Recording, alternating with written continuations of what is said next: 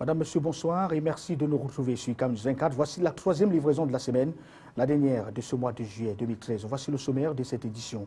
Réunion, la réhabilitation des salles de cinéma du Cameroun a été abordée au cours du troisième conseil de cabinet tenu ce 31 juillet 2013 à Yaoundé, à l'immeuble Étoile. Dans son exposé, la ministre Amatou Toumouna, en charge des arts et de la culture, a passé en revue les péripéties qui ont conduit à la fermeture des portes des salles de cinéma à travers le triangle national. Contentieux préélectoral, la Cour suprême livre le verdict de sa première audience. L'Union des mouvements socialistes est admise à compétir à Bana, Bako et Bangwa dans la région de l'Ouest Cameroun, alors que le Rassemblement démocratique du peuple camerounais, le SDF, et l'Union des populations du Cameroun ont été déboutés dans leurs plaintes respectives. Puis, 51e édition de la journée de la femme africaine, la gente féminine parle de la renaissance africaine et s'interroge sur le rôle de l'Organisation panafricaine des femmes. Cette thématique a fédéré l'événement célébré ce 31 juillet 2013 à travers le continent. Les perspectives, les activités ont eu lieu à Douala, à la salle des banquets du gouverneur de la région de Littoral. Voilà pour le sommaire. Les détails. À tout de suite. Bonsoir à tous. On parle donc de cinéma à l'ouverture de ce journal avec le gouvernement camerounais qui est à la recherche des voies et stratégies pour la renaissance du 7e art au Cameroun. C'est l'une des principales clauses du 3e conseil de cabinet tenu ce 31 juillet 2013 à l'immeuble Étoile à Yaoundé. Pour plus de précisions, retrouvons Sadou Mamoudou, Alexis Claude Amougou, Divine Appui pour le récit. Cet autre rendez-vous de l'immeuble Étoile ambitionne de faire renaître le cinéma camerounais de ses cendres. Pour y parvenir, la patronne des arts et de la culture, la ministre Amatou Toumouna, a passé en revue les péripéties ayant conduit à la fermeture des portes des salles de cinéma au pays de Basek Bakobio. Bien plus, elle a donné les pistes de sortie de cette léthargie, notamment le parrainage, le mécénat, mais surtout la synergie agissante entre le portefeuille ministériel en charge de l'art et de la culture et les autres administrations en ce qui concerne la formation et les finances. Autre arrêt de ce rendez-vous du 31 juillet 2013, la mise en musique des producteurs, consommateurs et autres acteurs de la filière bois au Cameroun. Objectif, remplir les caisses publiques. Mais il y a tout de même le préalable, précise le ministre des Forêts et de la Faune, Philippe Ngolengwese, pour qui la saine émulation, la transparence et le respect des procédures et autres textes sont incontournables. La rencontre s'est soldée par des encouragements du Premier ministre, chef du gouvernement, à l'endroit de ses collaborateurs à l'immeuble Étoile de Yaoundé. Allons cette fois dans les couloirs de la justice pour parler de l'affaire ministère public et État du Cameroun contre Thomas Inoni Ephraim, Jean-Marie Atangana Mebara et Otele Yosomba. Il faut dire que le parquet général vient de requérir la culpabilité des accusés et sont poursuivis pour détournement des deniers publics en coaction. L'audience criminelle du tribunal criminel spécial s'est élue ce 31 juillet 2013 et elle était consacrée aux réquisitions du parquet général. Le compte-rendu d'audience est signé Salmon Foué, Alberti Bijaga. L'ordonnance de renvoi du 15 mars 2013 qui a trait Thomas Ephraim Inoni, Jean-Marie Atangana Mebara, Hubert Patrick Otele Isomba et Joseph Kevin Walls devant le tribunal criminel spécial fait mention des faits de détournement en coaction d'un montant de 287 millions de francs imputés aux 4 accusés. Il s'agit d'une somme débloquée par l'État du Cameroun au profit d'une entreprise de droit britannique APM dirigée par Joseph Kevin Walls et dont la succursale au Cameroun était gérée par Hubert Patrick Marie Otele Isomba avec Chief Ephraim Inoni comme président du conseil d'administration. Le montant objet du litige était décaissé courant 2003 pour le financement d'une convention d'audit des 5 contrats de leasing des aéronefs en service à la Camer. Ce marché passé de gré à gré sous la pression des mises en cause, en violation flagrante des dispositions du Code des marchés publics, constitue d'après le parquet général une atteinte à la fortune publique. Dans les mêmes circonstances de temps, Chief Inoni et Jean-Marie Atangana Mebara sont poursuivis pour avoir obtenu frauduleusement la somme d'1,425 milliard des transferts des fonds opérés à la SNH, la Société nationale des hydrocarbures, en règlement des arriérés de location des aéronefs dus par l'État du Cameroun à la société ANSET. La créance avait été surévaluée et le trop perçu évalué à 1,420 milliard. Pour ces motifs, le parquet général demande au tribunal de déclarer les accusés coupables de détournement en coaction du dit montant. La cause a été renvoyée au 5 août prochain pour les observations de la partie civile. Parlons cette fois du contentieux préélectoral avec cette bonne nouvelle pour l'UMS. Le parti a été réhabilité et admis à compétir à Bana, Bako et Bangwa dans le cadre des élections législatives et municipales annoncées pour le 30 septembre 2013 prochain. Et c'était donc au total 5 demandeurs répartis en 4 formations politiques. Tous étaient inscrits au rôle de l'audience publique de la Chambre administrative de la Cour suprême consacrée ce 31 juillet 2013 au contentieux électoral relatif à cette double consultation électorale. Les 5 requêtes ont été jugées, ont été déclarées irrecevables, par conséquent rejetées. Compte rendu d'audience, seulement une fois de plus, avec Abeti Mbidjaga au récit. La première requête examinée à l'audience publique de ce 31 juillet est celle introduite par un groupe d'électeurs se réclamant du RDPC et sollicitant le rejet de la liste des conseillers municipaux investis par le parti au pouvoir dans la commune de Ndjoum, dans le sud Cameroun, au motif qu'elle n'aurait pas respecté l'aspect genre et la prise en compte de toutes les composantes sociologiques du coin. La seconde requête introduite par le RDPC était initiée par Jean-Claude Tchinga-Banda, le maire sortant de la commune de Nguélémendouga. Il dénonce l'absence de consensus prescrit par la hiérarchie de leur parti, le détournement des pouvoirs et l'incompétence de la commission communale d'investiture à l'égard de laquelle il sollicitait la dissolution et l'annulation des actes posés. Ces 2 requêtes ont été déclarées irrecevables, par conséquent rejetées, et les initiateurs priés d'attendre la publication des listes par ELICAM pour mieux se pourvoir. La 3e requête passée au crible de la collégialité était présentée par l'UPC.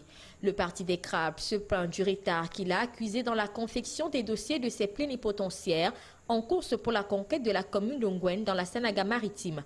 Un retard que l'UPC a cru devoir imputer aux lenteurs administratives et à l'absence d'une décentralisation effective des services publics dans certaines régions du pays. Cette requête n'aura pas prospéré puisqu'elle connaîtra un sort identique aux 2 précédentes. La dernière requête examinée publiquement par la Chambre administrative aura été celle du SIF en compétition à la commune de Yaoundé 4e. Il a précisé que le parti de Ninjon Fundi se plaignait des LECAM qui auraient déclaré irrecevables ses quittances de versement de caution arrivées en retard. La requête du SIF a été déclarée irrecevable et rejetée au motif que le parti devra attendre la publication des listes par LECAM pour mieux se pourvoir. La seule requête qui aura connu une issue heureuse est celle introduite par l'Union des mouvements socialistes de Pierre Kwemo, ancien député SDF. Il a été demandé à ELICAM d'autoriser le retour en compétition des listes de l'UMS dans les communes de Bana, Bakou et Bangwa. Certains partis politiques ont mis la charrue avant les bœufs. Toute chose qui aura manifestement agacé la haute juridiction dans sa composition du jour. Au total, les 4 formations politiques conviées à l'audience publique tenue ce 31 juillet par la Chambre administrative de la Cour suprême séjournent en collégialité pour mieux connaître du contentieux électoral relatif aux élections municipales le 30 septembre prochain sont repartis avec des fortunes diverses. Restons dans le cadre de cette double consultation électorale pour parler cette fois de la coalition des leaders d'opinion jeunes de la sous-section OJRDPC du Conseil national de la jeunesse de Vori 2 à Douala, qui est donc aux abois.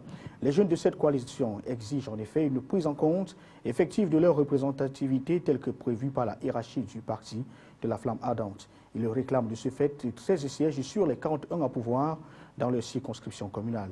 Et pour le faire, ils ont décidé d'entreprendre un certain nombre d'actions, à l'instar d'une marche de protestation qui a du reste avorté ce 31 juillet 2013. Pour nous en dire plus, nous retrouvons José Ngongan et Apollinaire Zoubenbon. En lieu et place de la marche annoncée pour ce 31 juillet, s'est tenue une réunion de concertation. Les jeunes protestataires sont revenus à des meilleurs sentiments après plusieurs conciliabules. Certaines autorités de la place, certaines élites se sont assises avec nous pour nous parler, pour nous passer le langage de la facilité et de la pacificité. Pour nous demander de suivre à la marche et attendre que la liste soit publiée.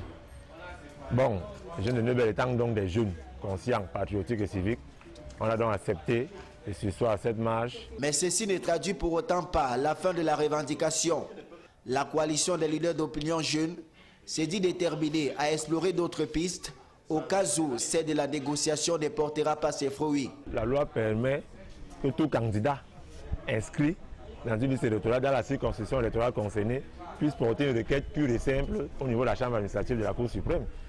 C'est le dernier recours qui va nous rester, en dehors de l'arme fatale qu'on a, qui est notre participation ou non au processus électoral, c'est-à-dire la campagne, la mobilisation de la masse populaire électorale. Mais la voie normale légale qui arrive, c'est la saisine pure et simple de la Chambre administrative de la Cour suprême. Ces jeunes se disent outrés de ne pas être pris en compte dans la gestion des affaires de leur commune. Sur 41 jeunes faisant partie de la coalition, un seul figure sur la liste RDPC à Vorudeux. Pour manifester leur mécontentement, ils ont écrit au président national Paul Biya. Et en attendant la publication des listes électorales, ces jeunes continuent à ruminer leur colère qui risque de faire jaillir des étincelles à Douala 2e. Parlons de toute autre chose à présent. Gouvernance, le ministère de la Jeunesse et de l'Éducation civique tend vers la modernisation de son administration. L'inspecteur général des services de ce département ministériel a lancé ce jour l'opération d'élaboration de manuels de procédure administrative de ces départements ministériels. Il sera en effet question pour les acteurs commis à la tâche de secouer l'inertie ambiante observée dans l'administration camerounaise et surtout de faire sauter les boulots de tanglement afin d'accroître les performances dans ce ministère. Et le reportage, Jean-Pierre Bitongo, Alexis Claude-Amougo. À en croire l'inspecteur général des services, ce document qui doit définir les rôles des uns et des autres permettrait également d'inventorier les différents services offerts aux usagers, d'assurer la vulgarisation de toutes les procédures administratives et de développer une culture organisationnelle. De l'avis du secrétaire permanent à la réforme administrative, cette démarche s'inscrit dans le cadre des actions de modernisation de l'administration camerounaise. Selon son explication, la modernisation de notre société est d'abord celle de l'administration publique en termes d'efficacité et de performance. Au-delà, il est prescrit à tous une bonne et rapide production de ce manuel. Qui doit être de qualité et à la hauteur des attentes. Contrôle forestier et le comité de pilotage du projet observateur indépendant au contrôle forestier et au suivi des infractions forestières de la coopération entre le Cameroun et l'Union européenne qui vient de se réunir. C'était donc ce 31 juillet 2013 à Yaoundé.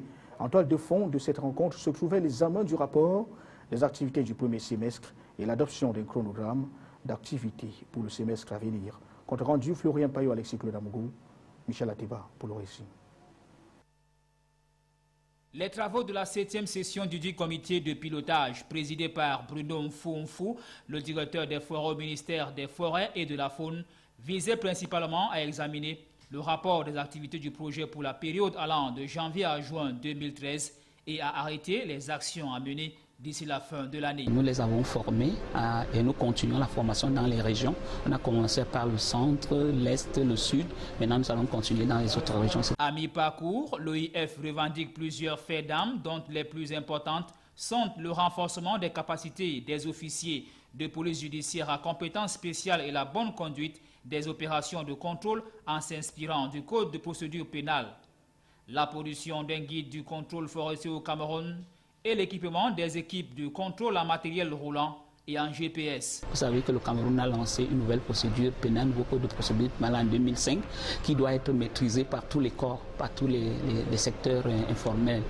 Donc le secteur des forêts où les contrôleurs forestiers sont des officiers de police judiciaire à compétences spéciales. À ces actions, l'on y ajoute la conduite de 5 études portant entre autres sur les petits titres d'exploitation forestière, le recouvrement des taxes et redevances forestières, l'exploitation forestière comme source d'approvisionnement, l'analyse du contentieux forestier et le contrôle forestier fiscal. Des projets visant à s'assurer que l'exploitation forestière au Cameroun obéit aux canaux prescrits par la loi forestière de 1994. Ce projet, financé par l'Union européenne, arrive bientôt à son terme. Il est donc question pour les membres du contrôle de pilotage de faire un bilan exhaustif des actions entreprises dans le cadre du contrôle des infractions forestières sur l'ensemble du territoire national. À mi-parcours, l'OIF revendique plusieurs faits d'armes, dont les plus phares sont le renforcement des capacités des officiers de police judiciaire à compétences spéciales à la bonne conduite des opérations de contrôle en s'inspirant du Code de procédure pénale. En tout état de cause du bilan des activités établies au premier semestre écoulé et validé par le comité, dépendra la suite du chronogramme attendu pour la période allant de juillet à décembre 2013. Performance agricole et des belles initiatives pour booster la production des filières riz et oignons dans les régions du Nord et de l'extrême Nord. Le projet d'appui au développement des dites filières dénommées PADFA a été présenté au Seigneur de la Terre ce mercredi à Marois par le ministre de l'Agriculture et du Développement rural qu'assistaient les gouverneurs des deux régions respectives. Par la même occasion, Lazare Essim Meigné a remis un don de chef de l'État au producteur du maillot d'Anaï, victime en 2012 des inondations. Les détails, Célestin Tabouli de Nada Nouzoa. Aux producteurs des filières riz et oignons des régions du Nord et de l'Extrême Nord, le ministre de l'Agriculture et du Développement rural vient de procéder à la présentation du projet d'appui au développement des filières agricoles dénommé PATFA. Essimi Meigné a au cours de la cérémonie révélé que le projet PATFA est le résultat d'un accord de financement signé entre le Cameroun et le Fonds international pour le développement agricole, FIDA, à hauteur de 12 milliards de francs CFA. Ce projet, qui va s'étendre jusqu'en 2017 aux filières stratégiques à fort potentiel économique que sont le riz et l'oignon, couvre 4 régions au Cameroun, à savoir l'extrême nord, le nord, l'ouest et le nord-ouest. Il se propose d'accroître les revenus et améliorer la sécurité alimentaire à travers le développement durable et la compétitivité de ces filières dans les dites régions. Ceci par l'accompagnement des producteurs et l'intensification des cultures à travers la mise à disposition des semences améliorées, des intrants agricoles, du matériel de travail. À l'occasion, le MINADER a remis aux encadreurs de base du monde rural et entrepreneurs agricoles 58 motos tout-terrain avec casque de protection. Puis, aux agents d'appui, conseils et techniciens spécialisés du MINADER, 16 tonnes d'engrais destinés aux producteurs de riz et d'oignons des 2 régions. Faisant d'une pierre 2 coups, il a remis à certains producteurs victimes des inondations de 2012 une dotation supplémentaire de 20 tonnes d'engrais, une quantité qui s'ajoute aux 250 tonnes d'engrais et 50 tonnes de semences distribuées dans les 2 régions lors de la campagne agricole en cours. Aux bénéficiaires des arrondissements de Gobo et Yagua dans le maillot d'Anaï, il a été remis d'importants produits alimentaires de première nécessité. C'était l'un des titres à la une de cette édition des formations sur Cam News 24. La 51e édition de la journée de la femme africaine, et le Cameroun s'est joint au reste des communautés pour célébrer l'événement ce 31 juillet. Et les femmes de la capitale économique du pays ont réfléchi sur le thème du jour, à savoir la renaissance africaine, rôle de l'Organisation panafricaine des femmes. Elles ont ainsi cogité sur des voies et moyens pouvant améliorer leur épanouissement dans la société. Au menu des tables rondes, de causeries éducatives et divertissements, la cérémonie a eu lieu dans la salle des banquets du gouverneur de la région du Littoral. Il a été présidé par le secrétaire général de la région. Compte rendu, Benoît Dormo, Divinapi. C'est dans cette salle des banquets des services du gouverneur que les femmes de plusieurs associations égiques de la région du Littoral, spécialement celles de la capitale économique, ont célébré la 51e édition de la Journée de la femme africaine. La lutte de la femme, c'est quoi? C'est de lutter pour nos cultures, parce qu'une femme africaine doit respecter aussi sa culture, de lutter pour l'intégration des autres personnes qui sont autour de nous, donc de prôner le civisme en un mot. Les femmes ont tenu à réfléchir sur le thème de la journée Renaissance africaine, rôle de l'Organisation panafricaine des femmes, malgré les multiples tares qui ralentissent leur épanouissement. Les femmes ont des difficultés pour concilier leur vie, leurs obligations familiales et les responsabilités sociales, c'est-à-dire professionnelles et les autres responsabilités.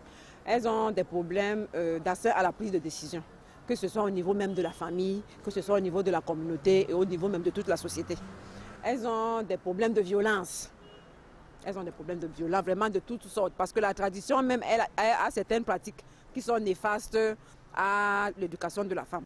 Le gouvernement ne reste pas de marbre, car des stratégies pour l'exercice et la jouissance des droits de la femme sont en cours de mise en place. C'est la politique du gouvernement, c'est l'intégration de toutes les populations et donc les Camerounaises veulent intégrer les autres pays. La journée de la femme africaine intervient dans le contexte que celle du cinquantenaire de l'Union africaine et de l'Organisation panafricaine des femmes, OPF, organisation qui a pour but d'accélérer leur émancipation. Les Camerounaises en ce jour ont meublé leur activité avec des causeries éducatives, débats, tables rondes et même des esquisses de pas de danse. En culture, les acteurs et actrices du cinéma dans le nord-ouest Cameroun sont désormais mieux édifiés sur le comment interpréter des rôles dans les diverses initiatives qui leur seront confiées. Ils ont reçu leur parchemin ce 31 juillet 2013 au terme d'un séminaire atelier de 2 semaines sur les techniques et jeux de rôle. La cérémonie était présidée par le délégué régional en charge des arts et de la culture dans cette partie du pays. Explication, Clémence Niamda, Christian Véné, Sèche Tetka. Ils sont 6 au total à avoir pris activement part à cette formation qui fera d'eux des acteurs mieux outillés dans le domaine qu'ils empruntent, à savoir le showbiz. En prenant la parole, Samson Vuga, l'initiateur et coordonnateur du Centre culturel et du développement artistique en Afrique, CECAV, a remercié les participants, les facilitateurs et l'administration, sans toutefois oublier les nombreux sponsors qui l'ont accompagné. À travers cette formation de jeunes, c'est la relève qui est ainsi assurée, dira M. Vugar, dont les pensionnaires pleins de talent sont promis à un bel avenir, à une riche carrière. Aux élus du jour, il recommandera ponctualité, humilité et discipline, trait de caractère à adopter s'ils voudraient progresser dans le monde du showbiz, souvent contraignant. Tout au long de l'atelier qui a duré 2 semaines, les 6 participants ont été formés dans les techniques de rôle, à la danse, à la musique, à la voix, au mime et aux méthodes de communication. Des éléments importants qui conditionnent la bonne performance, car être acteur de théâtre ou de cinéma, en plus du talent, exige certaines capacités. Tout en félicitant la demi-douzaine de participants ainsi que leurs facilitateurs, d'autres jeunes ont été invités à participer au prochain stage d'imprégnation prévu au mois d'octobre 2013 courant. Car la survie de l'industrie du showbiz, va préciser le coordonnateur du CECAV, passe nécessairement par la formation des jeunes qui sont l'avenir de ce secteur porteur en pleine expansion au Cameroun. Voici à présent l'attitude de quelques séminaristes au micro de Cameroun 24. Je suis contente pour la cérémonie de cet après-midi qui était pour accorder les diplômes aux participants à un atelier de renforcement des capacités sur le théâtre ou la cinématographie. Donc, il y a eu un atelier de 2 semaines et aujourd'hui on était là pour les donner les diplômes. Et j'étais impressionnée pour les performances parce qu'on a goûté ce qu'ils ont fait pendant 2 semaines seulement et c'était vraiment impressionnant. Alexandre, dans cette édition d'information, Zimbabwe, le pays est aux urnes pour une présidentielle incertaine après 33 ans de pouvoir de Robert Mugabe. Le président sortant a d'ailleurs assuré qu'il accepterait le résultat des urnes, quel qu'il soit. Et puis aux États-Unis, oublié 5 jours dans une cellule, un étudiant va recevoir 4,1 millions de dollars de dédommagement. L'actualité internationale est condensée par Donald Anozoa de la rédaction de C24. Les Zimbabwéens votaient ce mercredi pour départager leur président Robert Mugabe, qui à 89 ans est au pouvoir sans discontinuer depuis 33 ans, et son adversaire, le premier ministre Morgan Tsvangirai, dans une présidentielle incertaine et entachée de soupçons de fraude en faveur du sortant. Les résultats pourraient être connus lundi prochain. Un étudiant californien a obtenu un dédommagement d'environ 4 millions d'euros après avoir été oublié pendant 5 jours en avril 2012 dans une cellule d'une prison de San Diego, a indiqué son avocat. Soupçonné d'être impliqué dans un trafic de drogue et d'armes avant d'être innocenté, Daniel Chon, 25 ans, avait été placé par erreur en détention et y est resté 5 jours sans eau ni nourriture. Les tarifs d'EDF augmenteront bien de 5% en moyenne pour les particuliers le jeudi 1er août, selon un arrêté publié au journal officiel établissant la nouvelle grille des tarifs réglementés de l'électricité. Le travail a repris tout doucement mercredi chez Spanghero sous un nouveau nom, mais avec trop peu de clients pour assurer l'avenir des quelques dizaines d'emplois ayant survécu au scandale de la viande de cheval. Le patron, Laurent Spanghero, en a appelé aux donneurs d'ordre pour étoffer le carnet de commandes encore bien maigre de la société rebaptisée la Lauragaise.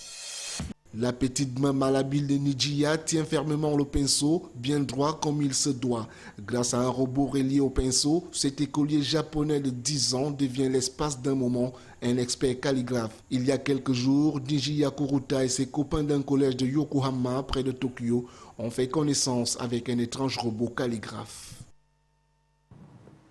Une note en sport avant de sortir de cette édition d'information. On parle donc du championnat. Les sports avec les championnats nationaux qui reprendront droit de cité.